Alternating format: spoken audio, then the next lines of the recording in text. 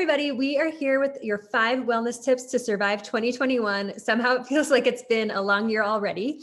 And our bodies have been through a lot over this past year, a lot of change, a lot of stress, and we are here to support you with some of our favorite wellness tips. Yeah, we like to go with like really simple, easy to bring into your life, everyday tips. We are sisters, we are experts in women health, but most of all, we are practical humans. And we know that a lot of you guys out there can't sort of do the 8-hour meal prep, or if we told you to give up gluten, sugar, dairy, alcohol, and fun, you would probably turn this off right now. So again, we are from Indigo Wellness Group. I am Sarah Swanberg. I'm a licensed acupuncturist and Chinese herb and women's health expert. And this is Carolyn. I'm Carolyn Brown. I'm a registered dietitian and nutritionist, and an expert in, holistic wellness and with weight loss too. So today we are going to go over 5 wellness tips to survive 2021. If you can thrive in 2021, we are all about it, but most of us are trying our goal is just to survive right now. So this comes back to what we call the Indigo 8, which is our 8 behaviors for, basically foundations of wellness. And it's nutrition, sleep, stress, socializing, which we think is super important even in this weird time, supplements, gratitude, movement, and detoxing, which means taking care of your body, but also detoxing the stuff you don't need in your life as well. Absolutely. Okay, so our very first tip is start your day with water. This is such a simple one, and it sets you up to have a great day. You've already done one thing really well before you even, make a cup of coffee or have breakfast or speak to anyone. Having water very first thing rehydrates us. We get dehydrated overnight. So I really love to tell clients 16 ounces of water first thing before coffee, before breakfast, ideally before grabbing your phone or anything, really to just start the day on a great foot. Any sort of extras like lemon or ginger are totally bonuses, but not necessary at all. Yeah, a lot of the troubles that we have people come in or tell us about their headaches, their irritability, their anxiety, their gut issues. One of the first things we ask about is how much water are you drinking? Because it can make a huge impact on your overall mood and health and well-being if you're not getting enough water. And I mean, for me to move from coffee being first thing to a couple glasses of water, I thought was going to be like, no way, I need that coffee. But while the coffee is brewing, to drink one large cup of water, I feel like it's me, a head start on the day, especially now that a lot of us are wearing masks for a large part of the day. It just makes it more awkward and more difficult to get as much water in as we had been. So set yourself up. You can't drink your entire day's worth of water in that first, hour in the morning. You do still want to spread this out through the day, but start strong. It's going to make a big impact. Yeah. And if you're someone who starts to feel grouchy or like you can't focus or concentrate at work, or like your digestion's really sluggish too, a lot of times dehydration affects that. It actually especially impacts women too. So we're way more likely to feel like we can't focus or concentrate, or get really, really moody because we're even subtly dehydrated. So the more you can get ahead of this, the better. Yeah, absolutely. And find out what we like to call an accountability buddy. So find a buddy that's going to keep you accountable. Set a goal with them. Send pictures of your water glasses. Find ways that you can make this like a fun challenge. I really have learned to love to have a glass water carafe sort of on my desk because I found that. Do you have one too? Yes. Something that you can see so you can see your progress. I have a lot of, great mugs and cups here that says tea in it. So I'm getting tea, hydration, and water, but I have no idea how much is in here right now. And I have found that just seeing like a visual, seeing the water in a clear glass, like makes me know I better get on it because it's almost, this time of the day. And I want to try to finish this glass. So there's great options on Amazon. Pick one that's about 80 ounces, which is what we should be getting in the day. Fill it up in the morning and then, try to stay consistent throughout the day. Definitely. Okay, cool. What's our next one? De-stressing your space. So Sarah, I'll let you kick things off with this one. Yeah, so this is not about having the most beautiful Zen environment, especially if you're working from home right now. I know it can be hard to be in like, your office, in the laundry and the bedroom are all in like the same place, but try to have a very set work environment that you can declutter before you start your day.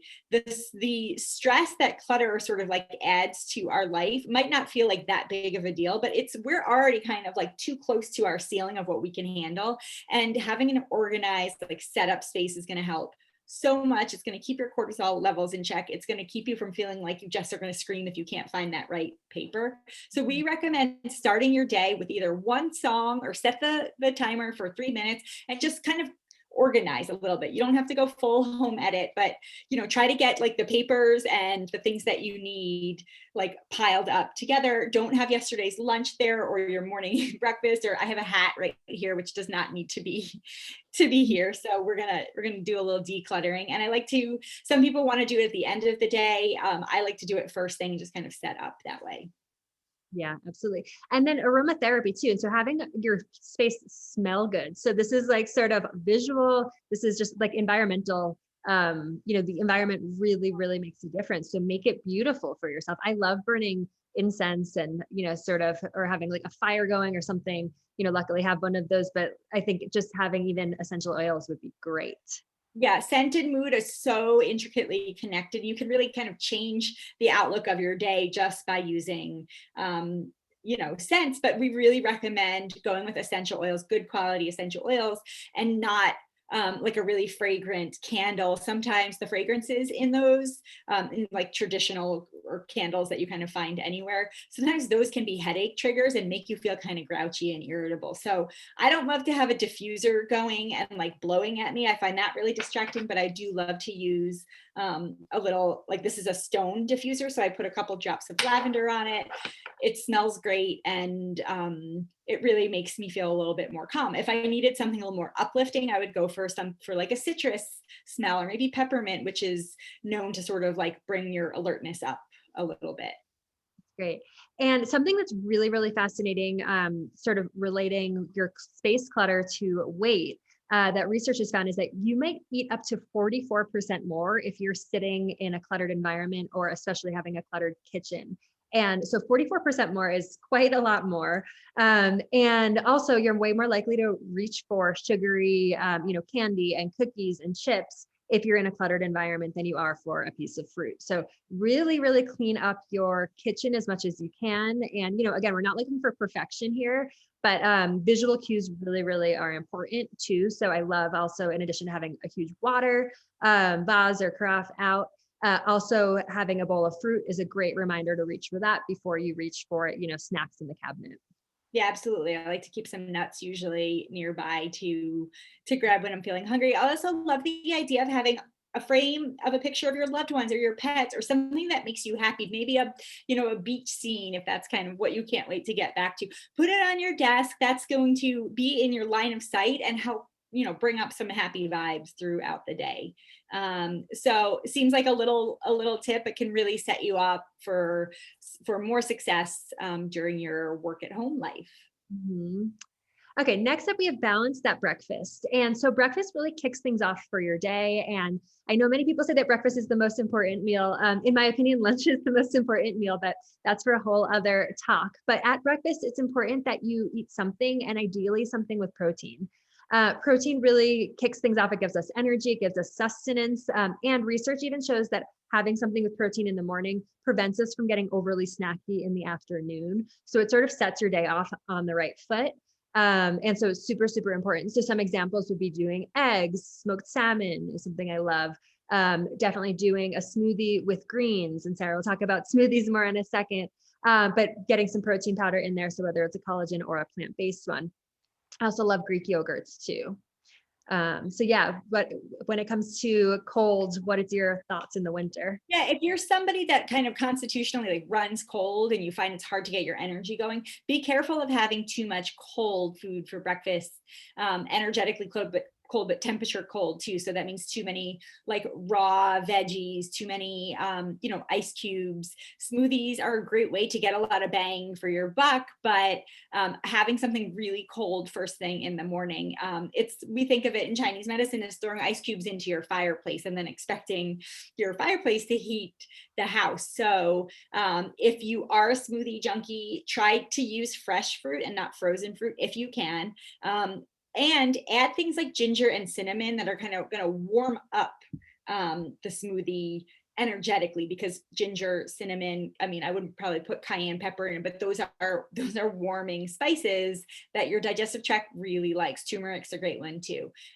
So be careful with those things if you are somebody that really runs cold. And I think just another tip is prep for that a little bit. You may have more time, to cook dinner every night, but breakfast, a lot of people are kind of having while they're, multitasking and doing things. And it can be really easy to end up with like a grab and go, not great option if you're leaving the house, or kind of neglecting your breakfast needs too. So plan ahead, prep on the weekends, make some good oatmeal or chia pudding or, egg cups, something like that you can have all week long and be consistent.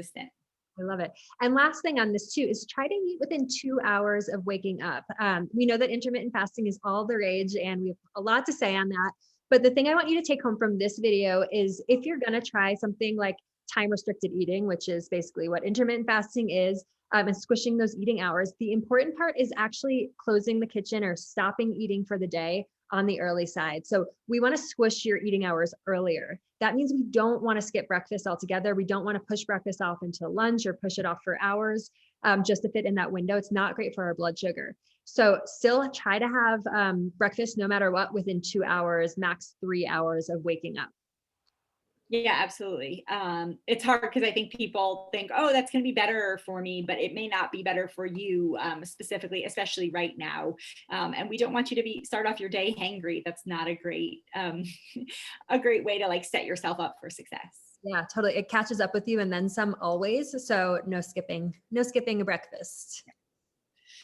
Okay, so mini movements do add up, and unless you are somebody that can commit to getting that, hour workout on your Peloton or a Zoom yoga class every day, just because you can't make it to the gym doesn't mean your exercise routine has to go fully away. One thing we love to talk about is that in times of stress, which a lot of us are experiencing now, doing a high intensity workout might actually backfire in the long run and might deplete you more. So I know that adrenaline and sweat can feel really good, but just be careful of overdoing it. And if you feel really depleted after a workout, it's probably too much for you right now. That doesn't mean you won't get back to that at some other point, but exercise can be a stressor. So try to find ways to have mini movements throughout the day that will add up to movement, maybe the same amount, but just chunked up. So that can mean just doing a little bit of movement first thing when you get up, a quick sun salutation or stretching, just to kind of get that chi moving, get your juices flowing.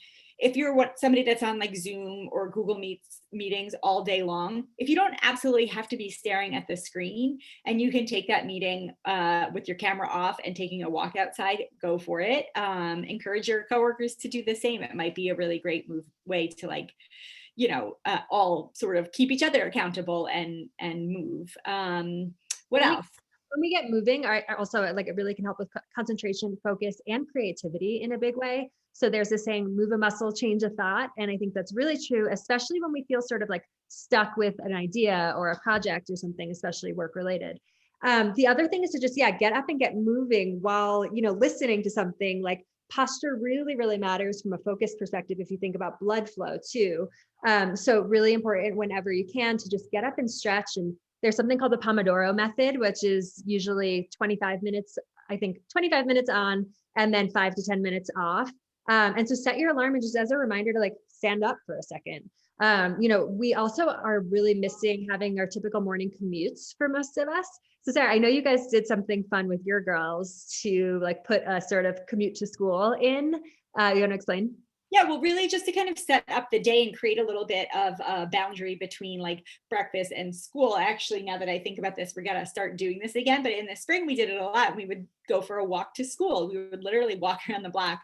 Go to school is a good way to get those sort of morning wiggles out, and a great sort of setup for all of us. And then a walk home from school at the end of the day. So if you can walk to work and walk home from work, and just get outside for a quick round the block. If it's cold out, bundle up. That fresh, cold air is actually really good for you too. So get out there, move where you can, have a dance party.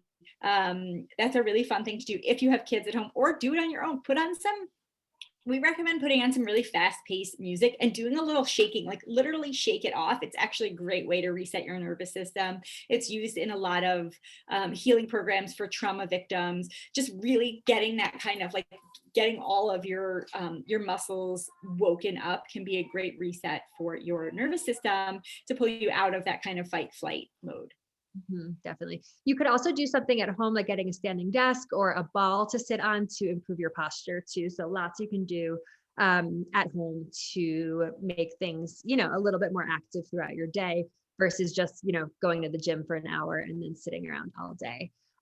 So definitely lots to think about, and think of ways that you can get, have micro new movements through your day, whether it's taking the stairs an extra set of times or jumping rope outside, whatever it is, get creative and make it fun too. That's something Sarah and I are really, really passionate. And I think is the most important part. We want you doing things that you enjoy and that feel like fun. Yeah, and I think it is possible to stay fit and feel good without a gym to go to. So just remember those didn't always exist, and while it is great to have that kind of like block of your schedule, it's also a great idea to kind of just like change things up and make your movement fun and different and exciting, and track your steps if you want to too, and then try to create challenges. And just like our water drinking buddy challenge, find a accountability buddy and send out a picture of your sneakers out on the road every day. I've done that with some friends too, and it just becomes a fun way to stay connected also during this weird time. Totally.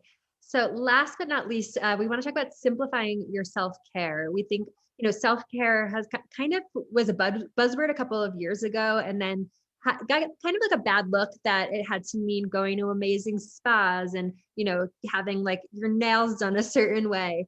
But the reality is we just want you refilling your cup with like micro moments throughout the day when you're not taking care of other people, and you can really just do something that feels great for you. And so that can even mean like 3 deep breaths that, it doesn't have to be these huge elaborate events or anything Instagrammable. We really want you to focus on the teeny little things throughout the day that feel like, sips of wellness. Yeah, and speaking of sips, we really love tea is a great thing to get into, because there's something so nourishing about holding a warm cup of tea. And there's so many amazing loose leaf tea blends out there. But not only does it feel good to have something warm and nourishing, you can use teas that have specific like medicinal properties. So peppermint is really will help make you alert. So you could reach for a cup of peppermint tea in the afternoon instead of that second cup of coffee. Lemon and ginger kind of have the same effect. Ginger is great for really warming you up, so and keeping you warm. So if you're feeling cold, yes, a glass of hot water would be great too, but putting ginger in it, amazing for your belly, great for inflammation and pain, good for cramps. And part of the reason why is that it's going to create warmth through your whole body. We also love supplements. We always say like lifestyle and food changes first and supplement second, but this is a great time to really make sure that you're committing to a supplement routine just to sort of like keep all of the boxes checked. We think magnesium and a multivitamin should be a no-brainer for everybody right now. So that's something that can just help keep your stress levels a little bit in check. Definitely. And wherever you can, like I said earlier, taking a couple of deep breaths, and ideally if you can take even up to 5 minutes to just really, take some deep breaths, sit still, I maybe even lock yourself in a bathroom if there are kids running around. But having a moment that's just to sort of breathe is a really, really great way to reset the nervous system. And ideally, you want to have your breath out a little bit longer than your inhale. So your exhale, a couple, like 1 or 2 seconds longer than your inhale. So if you inhale for 4 seconds, try to exhale for 5 seconds. Yeah. What else, Sarah? We have No, one. just to add to that, that's how we normally breathe when we're at rest. So if you can kind of force yourself into that breathing pattern, it's almost a little like a little hack to tell your body that you are safe, you're not in harm's way. So yeah, I like to do the 4-second inhale, 5 or 6 second exhale, and even just a few of those should help you feel a little bit more chill. I think any other ways that you can double up on your self-care and kind of check 2 boxes at once is a great idea right now if you're feeling a little busy and frazzled. So while we mentioned before that community and connection is so important, socializing is one of our Indigo 8 wellness behaviors, and it looks different right now. So could you set up a Zoom yoga class with your favorite teacher just for your girlfriends and have the class and then chat a little bit after? Could you have us come and teach you how to do, facial gua sha or ear seeds, and have that be something you're doing for yourself, but you're also doing with somebody's. We have so much fun doing those kinds of things, and I think it's a great way to kind of reinforce that connection while also learning some wellness tips. Can you do gua sha for your skin, for like getting that good glow, but can you also spend some time focusing on tight muscles of the face, especially the jaw and neck, to help relieve some of that jaw pain and neck tension? So this doesn't have to be like just a treat yourself kind of thing. This can be really like self-care with a purpose and with an intention to help relax, but also target, specific issues. Yeah, definitely. And I would say like jaw pain, headaches, and like sort of shoulder, hunched overness. That's not exactly a diagnosis, but that's what we're seeing so much of. So really, again, like trying to sit up with good posture and doing some of these that are actually, stress relieving too, are so helpful. Yeah, absolutely. So that's it for our 5 tips. I did want to throw in some bonus acupressure points, ones that I'm loving right now. So we're just going to run through them really quickly. But Ren 17 is the first point here, in the center of your breastbones, your sternum. You can find it by starting at the top and finding the little xiphoid process that hangs down at the bottom and finding the center of that and putting a good amount of pressure on there. You might feel a little sensitive right now, especially if you've been feeling a little tight, a little anxious, a little bit sad. This point helps to open up the chi of the chest. So as you're pressing it, imagine doing an expansive breath out, like in a sphere type shape, instead of just that typical like sort of breathing down. Do that a couple times. You should notice some of that irritability and tension melts away. Sometimes because grief is stored in the lungs, sometimes putting a little pressure on this point can make you feel like emotions are going to come up. If they do, let them go. Yin tongue is the next point, which is right in the center of your forehead. This is one of my all-time favorite acupuncture points, but great for acupressure too. It really helps to just calm your spirits if you're feeling anxious, frustrated, cranky. This point can help just like bring you down a notch. The next point is ear shen men. I have some crystal ear seeds up here in my in this point. So if you see this one here, I'm going to press it on the other side. But what that ear seed is doing is putting a little bit of pressure on this point that also can help sort of regulate your nervous system, bring you down a little bit. So you can try some ear seeds there. And then another one for if you're feeling like you need to focus, or going into a meeting and you're feeling a little brain fogged, or you need some energy, is do 20, and you follow the tip of your ear all the way up to the tip of your head. Put a little pressure on that for a few minutes, and that should wake you up a little bit. I love it. And so typically you would do one of these for like around a minute at least. Yeah, I mean, if you only have 20 seconds, do 20 seconds. But I would say, 30, 60, 90 seconds is ideal to really stimulate this point. And Joke sometimes like lately like that we're going to put dents in our heads if we go too long. So don't go to that point. But this is why like the ear seeds are so great, because they're going to continue to stimulate the point. I don't have to sit here smushing on it. I love that. And so compared to acupuncture, like how useful is this, or how?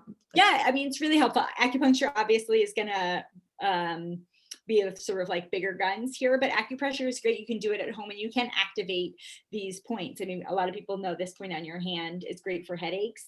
It's actually really great for pain anywhere in the body, and also that kind of stuck feeling. What it does is help get chi moving, specifically chi of the head. So jaw pain, sinus pressure, this point's going to be great for. With an acupuncture needle, you also get to relax and be passive for a while. So I think if you can get in to see an acupuncturist, maybe at Indigo, do that right now. But if you can't, these are great, like, thing to add into your toolbox for the year.